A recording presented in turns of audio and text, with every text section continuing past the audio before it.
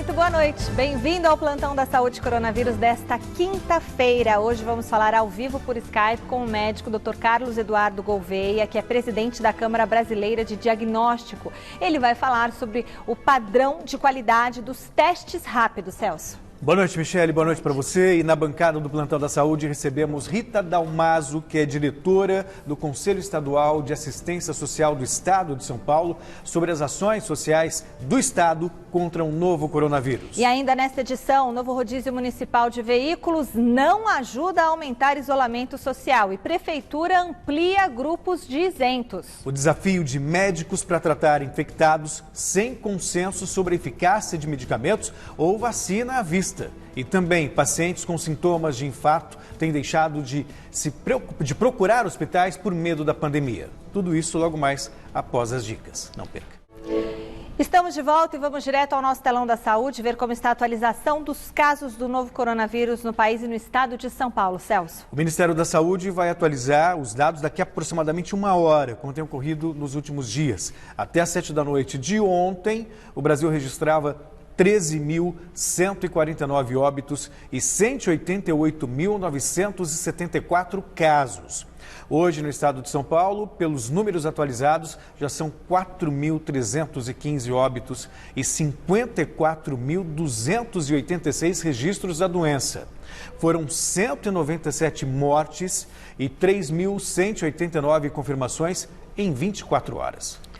O novo rodízio municipal de veículos, em vigor desde segunda-feira, não surtiu o efeito esperado e as taxas de isolamento social continuaram abaixo dos 50% na capital e no estado. Justamente por isso, o governo estadual voltou a falar hoje sobre a possibilidade de decretar o lockdown para ajudar a frear a contaminação pelo novo coronavírus.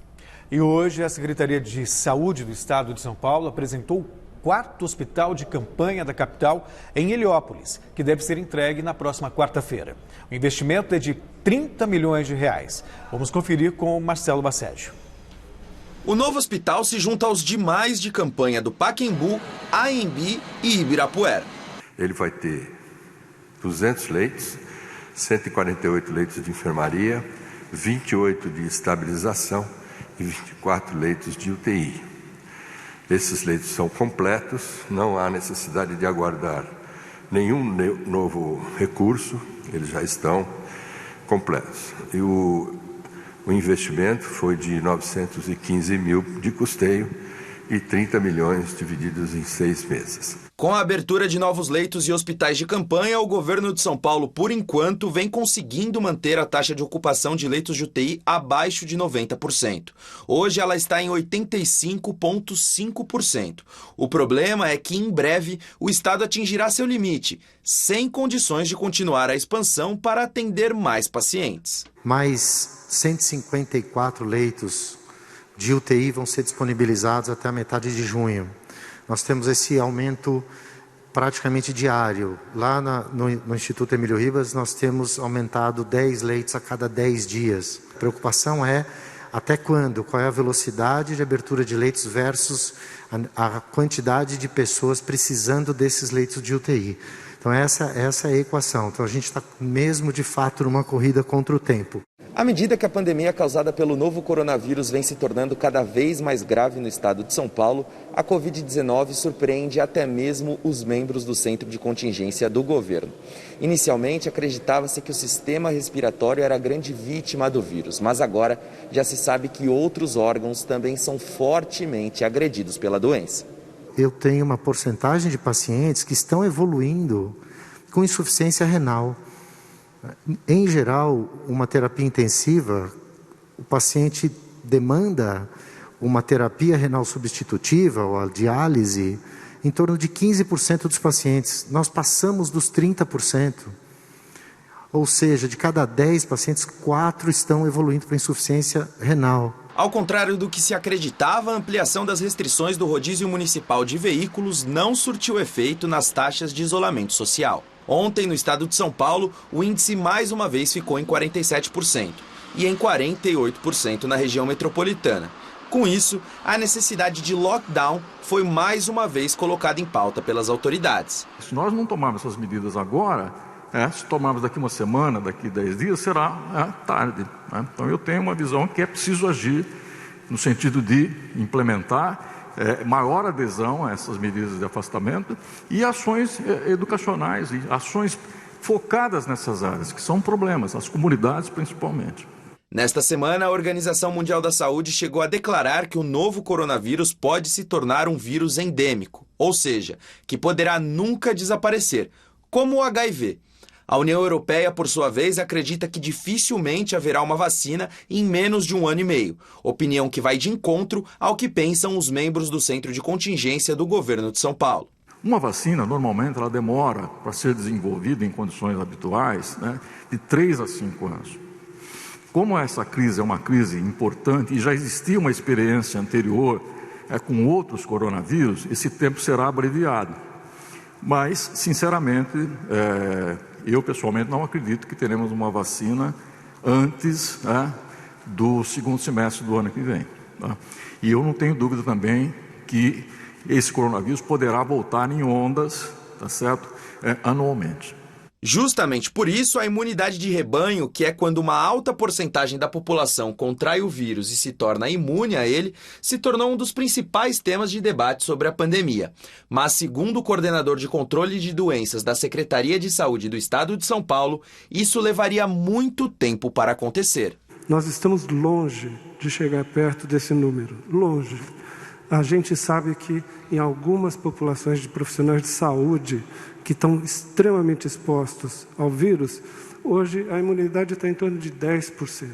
Então, na população, alguns poucos estudos feitos recentemente estão sugerindo 1,5% ainda. Então, essa questão de que nós vamos atingir os 70%, ela não é uma perspectiva nesse momento, e há inclusive uma crítica de que talvez, mesmo chegando em 70%, o vírus continue circulando. O estado de São Paulo já tem 10 mil pessoas internadas por causa do novo coronavírus. Vamos falar ao vivo com o repórter Osmar Garrafa, que tem mais informações sobre a ocupação dos leitos em São Paulo. Boa noite, Garrafa. Boa noite, Michele. É isso, falamos ao vivo aqui do estádio do Pacaembu, hospital de campanha do estádio municipal. Nós temos 3 hospitais de campanha na cidade de São Paulo. Este no Pacaembu, um outro no AMB, bem próximo daqui, e um outro no Ibirapuera. E ontem mais uma morte no AMB, de acordo com o último boletim informativo. Um paciente do sexo masculino, 88 anos, com doença pré-existente, Michele. Essa é a 7ª morte desde o último domingo, ou seja, a cada 2 dias no hospital de campanha do AMB, nós temos anotado uma morte. Já são 20 óbitos no total nos 3 hospitais de campanha da cidade de São Paulo. São 19 agora no AMB e 1 no estádio do Pacaembu, neste hospital de qual falamos aqui em frente. O AMB, aliás, tem sido alvo nos últimos dias de muitas críticas de pacientes que já receberam alta, Michele. A reclamação é de falta de água, quando tem água fria, falta de cobertores, falta de EPIs, falta de medicamentos. A Secretaria de Saúde Pública acabou informando que a falta de água foi pontual e ela não confirma esses outros problemas, essas outras reclamações feitas por pacientes que já receberam alta no hospital do AMB. Vamos atualizar os dados aqui do Pacaembu. São 200 leitos desse hospital de campanha, Michele. Ocupados 159. Na enfermaria são 151 pacientes, são 8 na área de estabilização, que são as áreas com leitos parecidos com de uma UTI de hospital.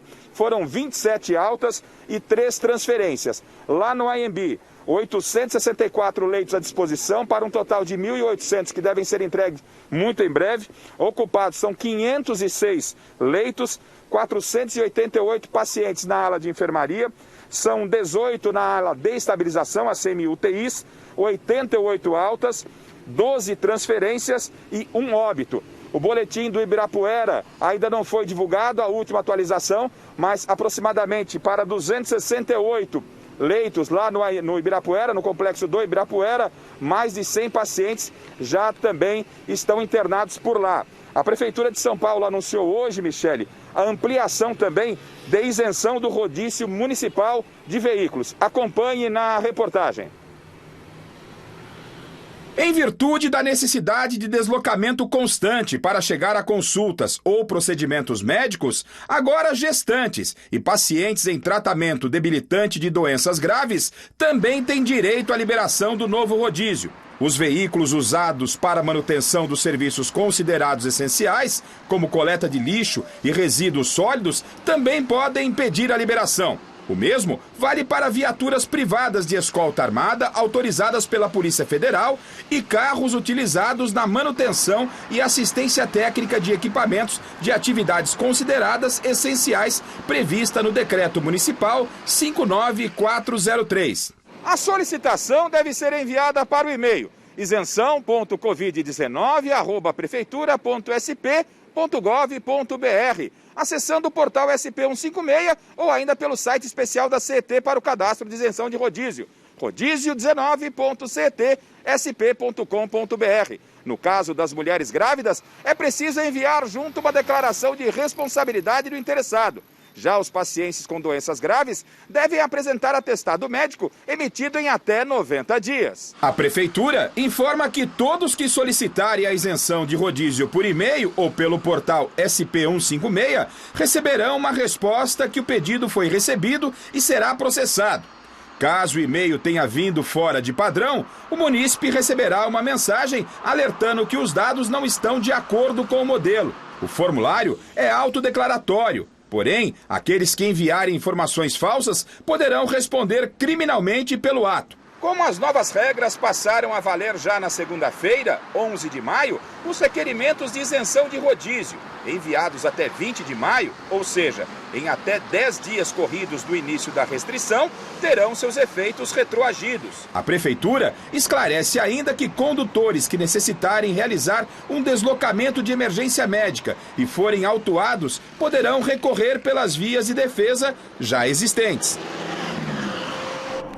Lembrando que pelo novo rodízio municipal, carros com placas números ímpares só podem circular nos dias ímpares e números pares apenas nos dias pares. A restrição de tráfego é válida para todos os dias da semana, inclusive sábados e domingos e também feriados. A multa é de R$ 130, mais 4 pontos na carteira. E o prefeito Bruno Covas está internado desde ontem no Hospital Sírio-Libanês para a investigação de possíveis causas da colite, que é a inflamação do cólon. Covas é acompanhado pelas equipes médicas coordenadas pelo médico da VUIP, Roberto Calil Filho. E segundo informações de sua assessoria, ele está em ótimo estado geral e liberado para exercer as suas atividades. No final de outubro do ano passado, Covas recebeu o diagnóstico de câncer na cárdia, que fica entre o estômago e o esôfago, com metástase também no fígado e linfonodos. O prefeito reagiu bem às sessões de quimioterapia e houve regressão do tumor após o primeiro ciclo do tratamento. E o presidente Jair Bolsonaro fez hoje um apelo para que os governadores revejam a política de isolamento. O presidente também criticou o lockdown adotado como medida emergencial por alguns estados brasileiros. Vamos falar ao vivo com o repórter Luciano Penteado, que tem mais detalhes. Boa noite, Luciano. Boa noite, Michele, Celso, a todos de casa. Essa fala aí do presidente Jair Bolsonaro foi novamente ali na saída do Palácio da Alvorada hoje cedo, né? Ele voltou a defender a reabertura gradual aí da economia, né? E criticou, né? Voltou a criticar os governadores quanto à questão do isolamento, né? Ele disse que é preciso retomar logo as atividades econômicas porque as medidas de isolamento não estão surtindo efeito. E aí ele disse, né? Nas palavras dele, que são medidas absurdas de fechar tudo, né? Essas medidas adotadas pelos governantes locais. O fato é que não é de hoje, né, que o presidente vem adotando uma postura de divergência em relação aos governadores e prefeitos, né? Essa política de isolamento foi devido a uma decisão do Supremo Tribunal Federal conferida aos prefeitos e governadores. Só que mesmo assim o Bolsonaro está adotando uma postura diferente, né? Portanto, está havendo essa divergência.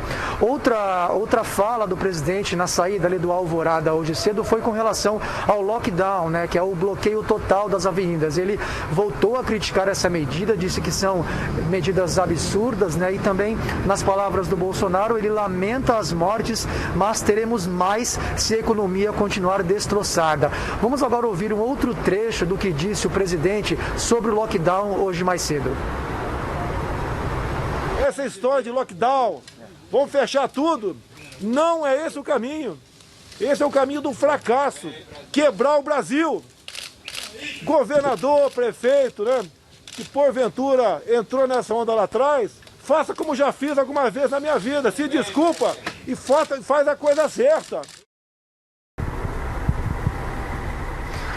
Pois é, e depois aí dessa fala que foi pela manhã, agora no final da tarde, o Bolsonaro fez uma videoconferência com empresários, ele voltou a criticar, dessa vez ele fez uma crítica direcionada ao governador João Dória, aqui do PSDB de São Paulo. Ele disse que é preciso entrar numa guerra, ele usou essa palavra guerra contra as medidas do governador. A gente lembra que aqui em São Paulo a quarentena foi prorrogada até o próximo dia 31 de maio, portanto até lá não deve haver nenhuma mudança aí com relação a esta reabertura que o presidente defende. E aí nesta videoconferência, o presidente também voltou a defender aquele isolamento vertical, né, que seria o isolamento apenas dos grupos de risco. E o Bolsonaro citou a Suécia, país europeu da região da Escandinávia, disse que por lá essas medidas têm dado certo, né, essas medidas de isolamento vertical. O fato é que a Suécia realmente adotou este modelo, só que o presidente não mencionou que os países vizinhos à Suécia estão com um número menor de mortes. A Suécia tem mais mortes do que os países vizinhos. Ele também não mencionou que em números proporcionais a Suécia tem mais casos e mais mortes do que o próprio Brasil. Voltamos com vocês aí no estúdio, Celso e Michele. Muito obrigado, Luciano.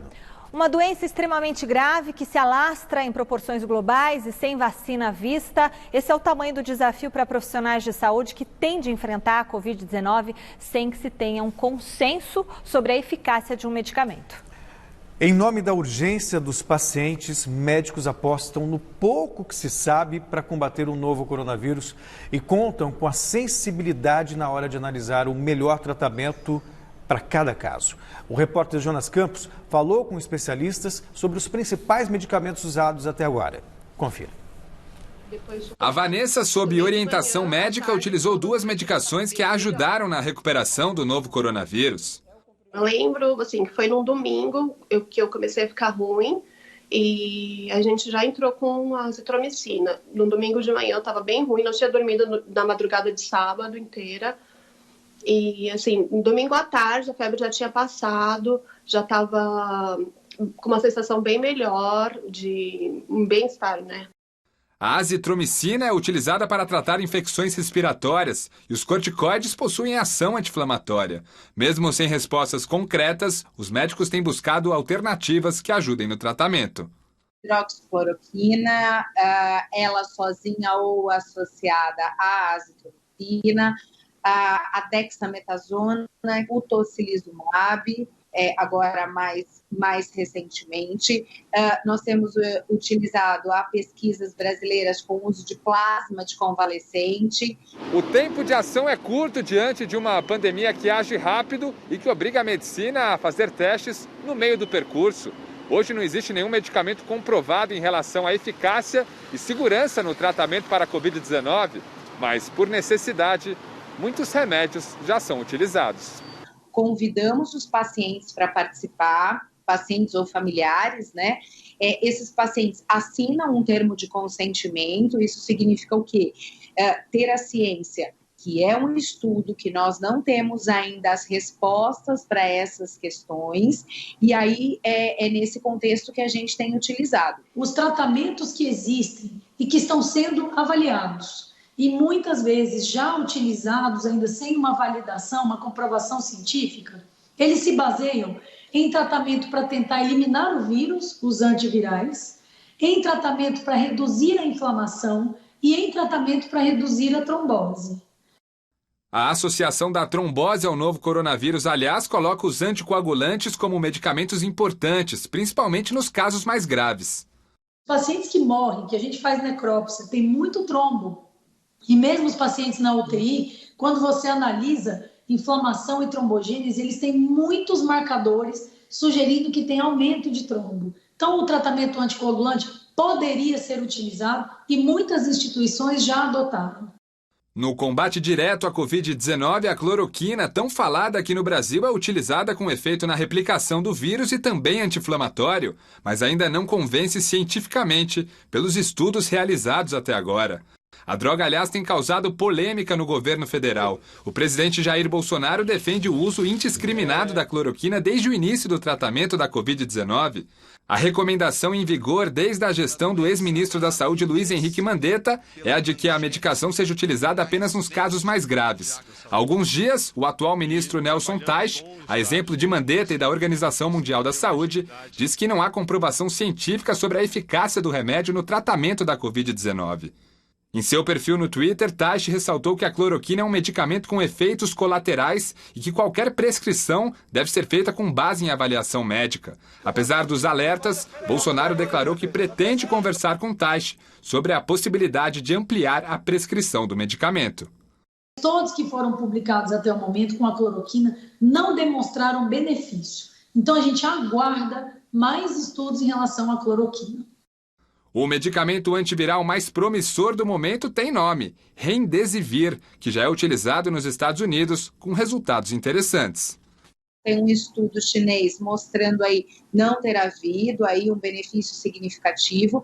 E aí nós temos esse estudo ainda não publicado, que parece que tem aí alguns desfechos positivos em relação à utilização. Esse estudo com o Remdesivir mostrou que o medicamento é capaz de reduzir o tempo de doença de 15 dias para 11. E o Remdesivir conseguiu mostrar uma tendência em reduzir mortalidade. E, com certeza, nos próximos dias, é bem possível que a gente tenha medicação liberada no Brasil.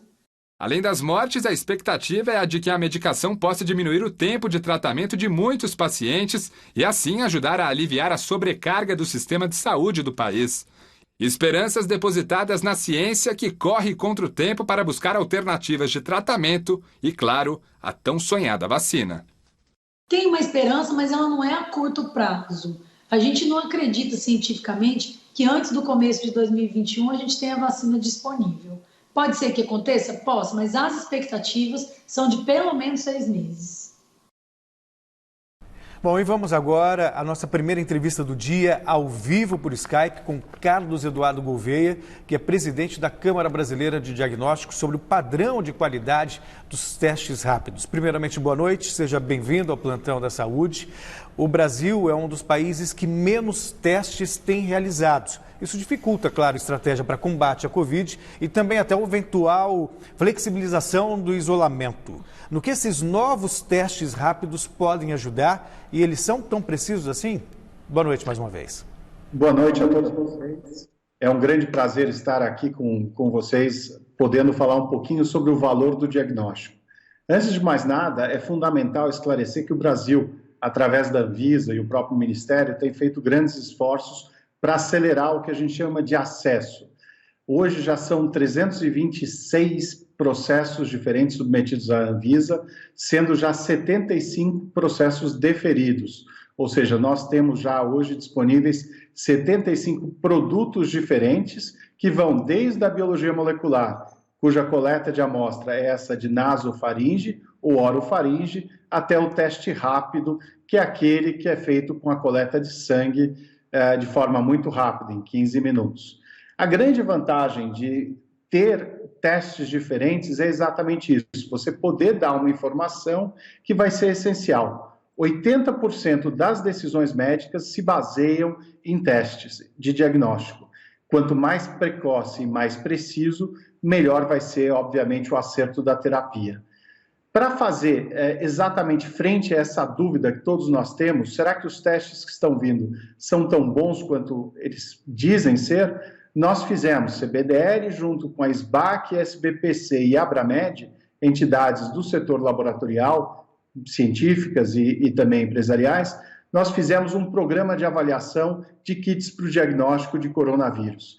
8 laboratórios participantes, dentre eles DASA, Fleury, Einstein, Hospital das Clínicas, aqui o Laboratório Central, dentre outros, estão todos juntos num único protocolo. Esse protocolo que avalia cada um dos testes em diferentes quesitos, frente a amostras negativas, sabidamente negativas anteriores a dezembro, e outras amostras positivas, dentro de uma situação que a gente consegue verificar a curva de seroconversão. Ou seja, a partir do primeiro dia do sintoma, confirmado com o PCR, que é o teste padrão ouro, nós temos amostras a partir de 7, 9, 11, 15 dias, mostrando assim qual a sensibilidade, qual a performance de cada kit frente a essas amostras. Com isso, nós temos conseguido dar para o mercado público e privado uma referência já pública nesse site que nós lançamos, e aí as pessoas podem pelo menos ter uma noção quando cada um desses testes, seja ele um teste rápido, um teste de ELISA, um teste de quimiluminescência ou até de biologia molecular, pode ser mais efetivo. Afinal, não existe teste ruim. O que existe, na verdade, é um teste correto para uma pessoa correta, no momento certo e no ambiente certo. E aí para as diferentes finalidades. Então, senhor Carlos, deixa eu entender uma coisa. Então, vão ser diversos testes disponibilizados em farmácia? O senhor tem ideia do custo disso?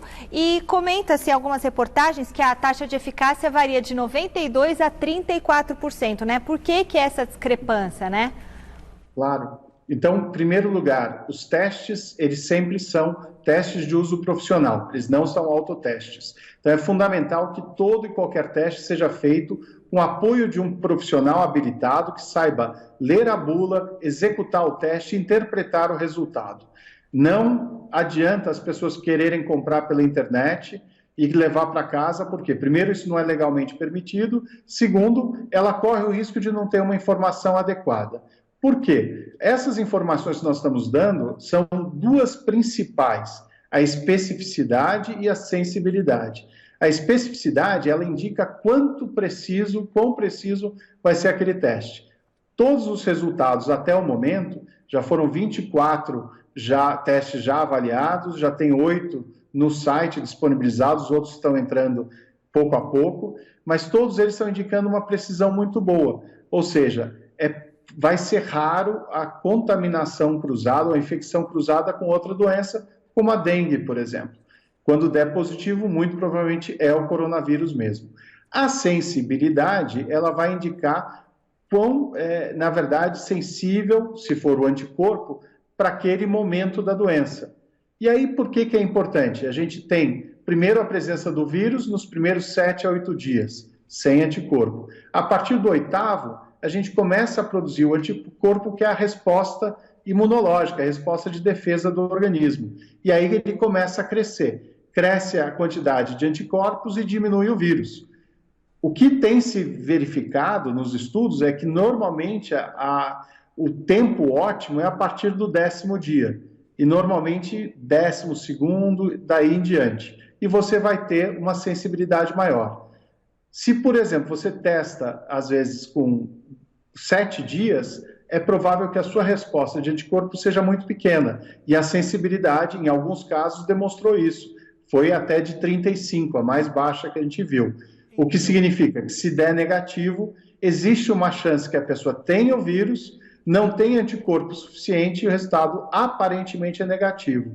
Por isso, se a informação que o profissional vai dar é exatamente essa. Se você teve algum contato suspeito, algum risco de ter contraído, por favor, volte daqui a mais alguns dias até para fazer uma nova verificação. Então, desculpa te interromper, então justamente essa é o questionamento. Qual o momento de fazer o teste? Quando tem sintoma, não tem sintoma, ou as pessoas, por exemplo, ficam em dúvida. Faço um teste agora para saber se contraí porque tive contato com alguém, ou espero ter sintomas para fazer o teste? Qual o momento? E quanto custa, né? Porque parece que ele é R$150, não é isso? Então, primeira pergunta que você me fez, quais testes são vendidos em farmácias? Né? Todos os testes são vendidos em laboratório. O laboratório acaba podendo fazer qualquer um deles, seja o teste rápido, as outras metodologias, que são inovadoras também, e até a biologia molecular. Pode ser um laboratório de rua, normal, ou um laboratório hospitalar. No hospital, eles vão dar preferência muito mais à biologia molecular pela situação. A farmácia, ela tem a possibilidade, sim, de vender o teste rápido. E o objetivo com isso é ter capilaridade, é chegar onde as pessoas estão, nas suas mais diferentes regiões do Brasil. O preço tem variado a partir de 150 até 250, 300 reais. Depende da metodologia. Agora, quando testar? A informação que o profissional pode coletar da pessoa é muito importante. Então, o inquérito tem que ser respondido. Você teve contato com alguém? Tem alguém que teve Covid na sua residência, no seu ambiente de trabalho, se você tem que trabalhar fora? Isso já vai dar algumas informações. Há quantos dias? Os sintomas, você tem apresentado alguns sintomas? Se for nesse período inicial de 7 dias, 2 testes principais podem ser realizados.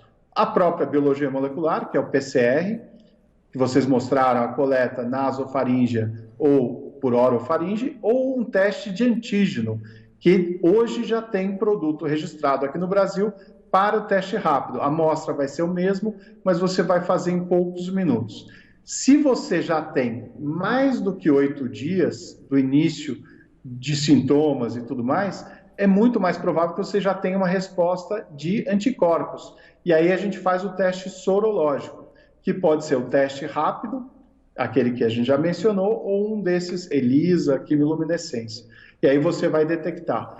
E dentro desse período, a partir do 8º dia em diante, você vai ter situações diferentes. O primeiro anticorpo que você detecta é o IgM, que ele vai indicar a fase aguda.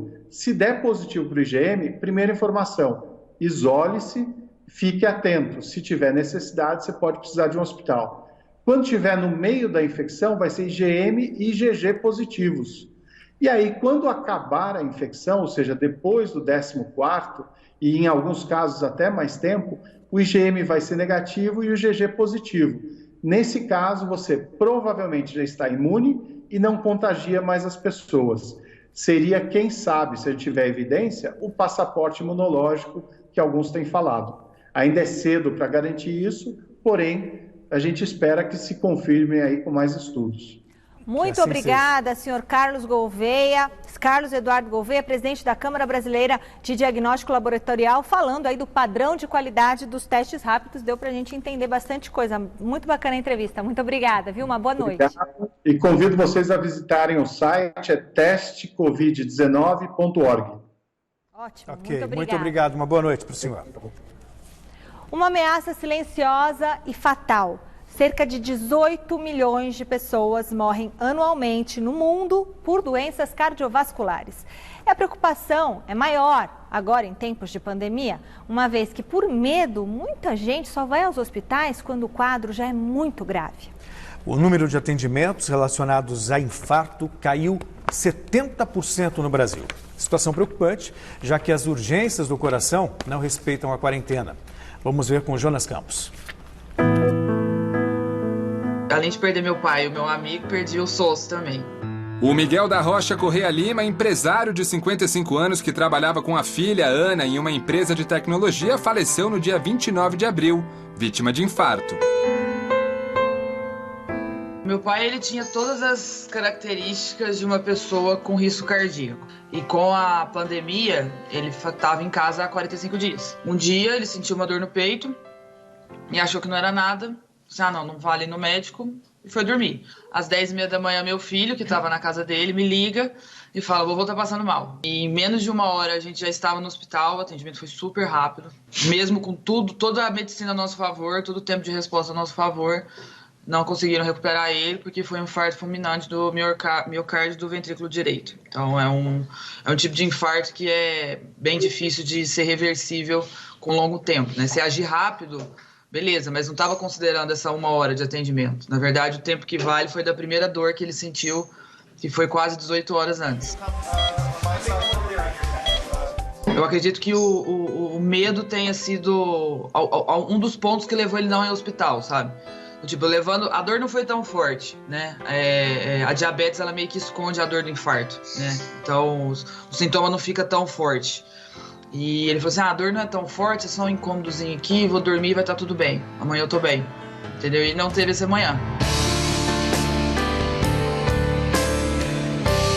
O medo de contrair o novo coronavírus vem acompanhado de um alerta para outras doenças que muitas vezes não podem esperar. A redução de 70% no número de atendimentos de casos de infarto é um exemplo de que muita gente está deixando de procurar ajuda médica neste momento. Só que o coração não respeita a quarentena. Hoje a gente está vendo, tanto nos hospitais públicos como nos privados, uma diminuição muito grande desse tipo de atendimento no pronto-socorro. Então, essa doença não curou. Esses pacientes, na verdade, estão ficando em casa. Houve um aumento de atendimento domiciliar de pacientes graves e até pacientes com morte súbita. A gente tem que lembrar que para infarto, tempo é vida. Quanto mais rápido for para o hospital, melhor a chance. Preocupação natural no país que tem ao ano entre 300 e 400 mil mortes causadas por doenças cardiovasculares. Aproximadamente 100 mil delas por infarto. Por isso, a importância de estar sempre atento aos sinais do corpo. O principal sintoma do infarto é a dor no peito. Essa dor geralmente é no meio do peito, pode irradiar para o lado esquerdo, para os dois braços, para a mandíbula e para as costas. A gente até usa uma frase que dor acima do umbigo é sinal de perigo. Quer dizer, qualquer dor na boca do estômago até essa região do queixo pode ser um sinal de infarto. Geralmente acompanhado de sudorese, a pessoa transpira muito, falta de ar, tontura, pode ter náusea e vômito. E aí entra o aviso importante das instituições ligadas à cardiologia. Proteja-se contra o contágio do novo coronavírus, mas não descuide de seu coração. Essa campanha resume bem. Fique atento aos sinais e sintomas e, em caso de suspeita, procure socorro médico imediatamente. O não tratamento pode ser fatal. O paciente chega com uma doença infecto-contagiosa importante como o Covid-19, ele tem um caminho que ele segue dentro do hospital para fazer os seus exames, para ser atendido. Ele é atendido por uma equipe que está lá só para atender o coronavírus naquele dia. E o paciente que chega com outro quadro, um infarto, um AVC, qualquer doença que seja, esse paciente tem um outro caminho que ele vai ser atendido, com a mesma segurança também. Sim, realmente, os hospitais estão sobrecarregados. Só que isso não quer dizer que você não vai ser atendido, entendeu? Isso não quer dizer que você não vai ser cuidado pelos hospitais. É claro que vai. A questão é você ir quando precisa e não negligenciar, porque essa negligência pode custar a sua vida.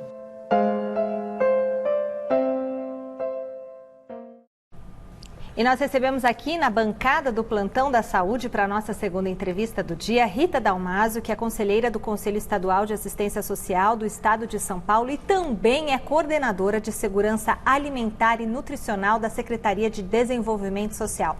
Com ela nós vamos abordar as ações sociais do governo na pandemia do novo coronavírus. Rita, muito boa noite, seja bem-vinda aqui ao Plantão da Saúde. Boa noite, Michele, boa noite, Celso. Rita, de maneira geral, como que tem sido a atuação, de desenvolvimento social do governo de São Paulo no meio dessa pandemia, desse surto pandêmico do novo coronavírus? A Secretaria de Desenvolvimento Social, ela já atua enquanto política pública de proteção social, de segurança alimentar. Com a questão da pandemia, da Covid-19, o governo tem sido chamado a ações mais emergentes, fortalecer mais as ações que ele já vinha fazendo e também a necessidade de implantar novas ações, porque nós tivemos aí um aumento também de pessoas em situação de vulnerabilidade e de extrema pobreza. Então, a Secretaria tem atuado muito com os municípios, fortalecendo os 645 municípios do estado de São Paulo, nas ações de proteção social e também nas ações de segurança alimentar. A gente sabe que pessoas em condições de vulnerabilidade social, nós sempre tivemos no Brasil, até fruto de uma demasiada desigualdade social. Mas em tempos de pandemia, esse desafio se torna ainda maior.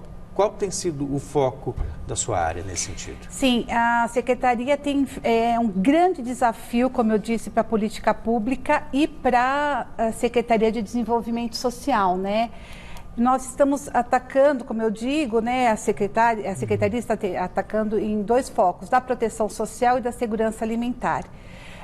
nós tivemos, enquanto segurança alimentar, um aumento expressivo com relação às ações do nosso programa Bom Prato, que são os restaurantes populares. Nós temos 59 unidades no estado de São Paulo e nós, a partir do dia 23 de março, nós começamos a atender as pessoas, né? Nós não pudemos mais atender no salão por causa dessa questão da aglomeração. Nós imediatamente, urgentemente, colocamos a entrega de marmitas. Então, nas nossas 59 unidades, nós estamos entregando as marmitas, os talheres. Então, os usuários vêm, eles também têm o álcool gel que eles podem utilizar para fazer a sua higienização. Eles pegam essas marmitas para se alimentar. Nós tivemos um número expressivo de pessoas que estão se alimentando, né, a R$1. E nós também estamos atendendo nos jantares, nas 59 unidades, e também aos finais de semana. Então, nós estamos abertos de segunda a segunda. E como que é feita a orientação para eles manterem esse distanciamento social? Tá dando certo? A gente tem feito, assim, ações muito conjunta com a unidade que é gestora dessa unidade. O que a gente tem feito? Nós temos funcionários que ficam acompanhando essa fila, pedindo que haja esse distanciamento de 1 metro, 1,5 metro, né, conforme a OMS nos determina. E nós também temos aí megafones, nós temos toda essa atuação conjunta e também a gente conta com a conscientização popular, né? Todas as ações precisam também ser vistas num conjunto, né? Então, nós, enquanto governo, também podemos fazer, mas a sociedade também tem que nos ajudar. Então, a conscientização das pessoas com relação a essa manutenção aí das exigências que o OMS nos passa com relação à pandemia. Você falou de 2 focos, né? Um da questão da alimentar e em questão de proteção social. O que na verdade é baseado esse projeto?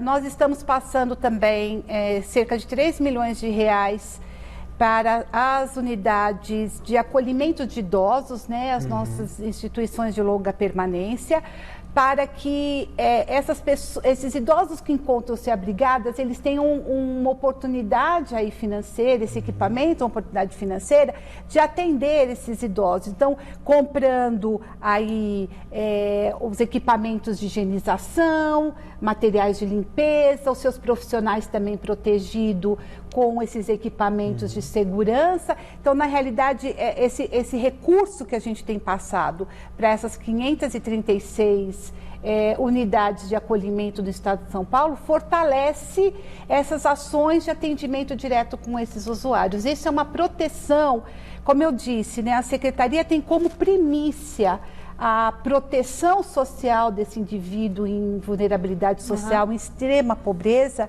E, dentre todas as nossas ações que nós estamos fortalecendo, esta é uma atuando diretamente num foco que é a vulnerabilidade desses idosos que encontram-se acolhidos. E hoje são, acho que 25 moradores de rua que já morreram, 22. né? 22. Então, para essa população, né? Como que tem sido feito o planejamento aí da Secretaria? A Secretaria tem discutido muito com as prefeituras, né? Em relação... Eles estão sendo testados? Não. Assim, eu não tenho conhecimento dessa questão do teste, porque isso é mais uma questão também da saúde. Mas nós temos discutido muito parcerias com as secretarias de assistência social, que trabalham com pessoas em situação de rua. Então, nós estamos fortalecendo também essa questão da higienização, permitir que eles se higienizem, né, que eles tenham oportunidade aí de tomar banho, lavar suas mãos, tudo mais. E a gente também tem toda essa questão também alimentar, que a gente se preocupa com eles. É uma rede de atendimento que o governo do estado faz juntamente com as prefeituras. Na questão da alimentação, que é especificamente a sua área, a gente sabe que os moradores das comunidades, das favelas, a imensa maioria depende do trabalho informal que está impossibilitado de realizar por causa desse tão necessário isolamento social. Então, muitos têm dificuldades para pegar esses R$600 que são do governo federal. E aí, o que o governo do estado tem feito também nesse sentido para suprir a fome que é grande nessas comunidades? São inúmeros moradores que não têm de onde tirar dinheiro. Bem lembrado, Celso. Uma das ações muito grandes que a Secretaria tem desenvolvido é a entrega de 1 milhão de cestas básicas, né? Nós estamos atingindo com isso 4 milhões de pessoas. Alimentação é importantíssimo. A alimentação faz com que a pessoa fique mais forte para enfrentar esta doença, né? Então, a Secretaria tem uma grande preocupação e essa questão da cesta básica, chegar nas pessoas de extrema pobreza e com um per capita de R$ 89,00, né, que a pessoa precisa ter esse valor para poder recebimento, mas fortalecê-la com relação a isso. Ela está recebendo uma cesta básica que ela pode fazer alimentação para ela e para sua família. E como é feita essa distribuição? Quais são os critérios? Quais são os bairros escolhidos pelo governo do estado para que isso ocorra? Isso, a gente está atendendo na capital, estamos atendendo no interior e no litoral paulista. Nós fizemos o levantamento através das pessoas que tenham no cadastro único este per capita, né, de R$ 89,00, e aí neste recorte nós fizemos junto com as prefeituras, eles encontram essas pessoas e a gente faz a entrega através de uma logística, né, de uma parceria que nós temos da entrega dessas cestas. Rita, o governo está tendo um gasto, acho que muito maior do que o que era previsto anteriormente, né? Sim. Então, isso vai gerar um rombo, por exemplo, no orçamento? Porque, por exemplo, agora os alunos das escolas estão recebendo também um aporte e tudo isso que você está contando. Mas, ao mesmo tempo, parece que empresários fizeram muitas doações para o governo. Então, como que está essa questão da finança, digamos, do governo, se você sabe informar para a gente? Enquanto secretarias, eram ações que nós já vínhamos desenvolvendo e elas receberam implemento de recursos, né, do governo do estado. Eu acho que todas essas ações, elas são previstas na questão técnica da sua implantação, da sua viabilidade técnica e da sua viabilidade financeira também. Tá certo. Tá? Bom, justamente sobre o que nós estamos falando, a crise provocada pela Covid-19 tem sido excepcionalmente dura com as parcelas mais vulneráveis da população. Muitas famílias tiveram a renda comprometida e agora dependem de ações sociais, dos governos ou da solidariedade da comunidade para que não falte comida no prato. Com a pandemia do novo coronavírus, muitas famílias estão passando por momentos complicados, com dificuldades até para conseguirem o alimento de cada dia. A Cidade Solidária, ação da prefeitura juntamente com parceiros, surgiu para ajudar os paulistanos que estão nessa situação vulnerável, com kits de alimentação, limpeza e higiene. O programa já entregou mais de 222 mil cestas básicas em pontos espalhados pela cidade. Alexandre Youssef, articulador da ação, conta como o projeto começou. Os números são muito contundentes, a gente está articulando essa rede, que é um pacto social, que reúne o poder público, a Prefeitura de São Paulo e entidades da sociedade civil, para a construção de um sistema, tanto que arrecada mantimentos, como também que seja capaz de distribuir. Nesta quinta-feira, a iniciativa entregou 2.000 cestas básicas para famílias dos bairros do Mboi-Mirim, no extremo sul da cidade. Doações que vieram em boa hora para as famílias. Nós estamos precisando, estamos necessitados com essa epidemia aí, entendeu? Então é muito bom e são para as pessoas carentes mesmo, porque a comunidade necessita. Quem está à frente da iniciativa nota como a desigualdade ainda é algo muito presente no Brasil. A gente já sempre lutou e batalhou contra a desigualdade, mas numa situação extrema ela se evidencia, os problemas do país acabam se evidenciando. Eu realmente recomendo o ato de solidariedade, inclusive para ajudar a cada um passar por esse momento, se sentir útil, se sentir proativo diante dessa pandemia, diante dessa situação de emergência.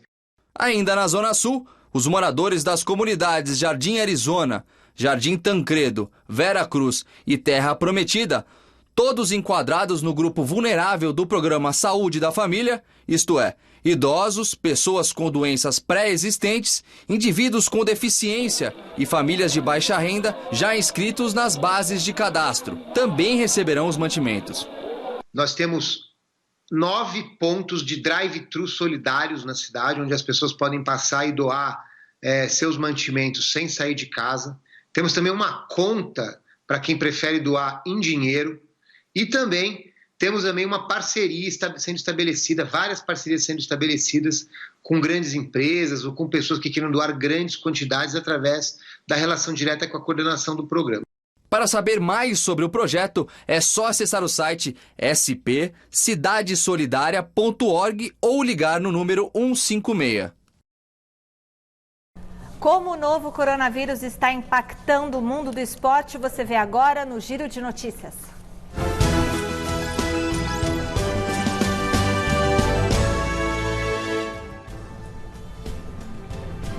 Infelizmente, hoje, lamentamos a morte de mais uma pessoa relacionada ao esporte em decorrência de complicações provocadas pelo novo coronavírus.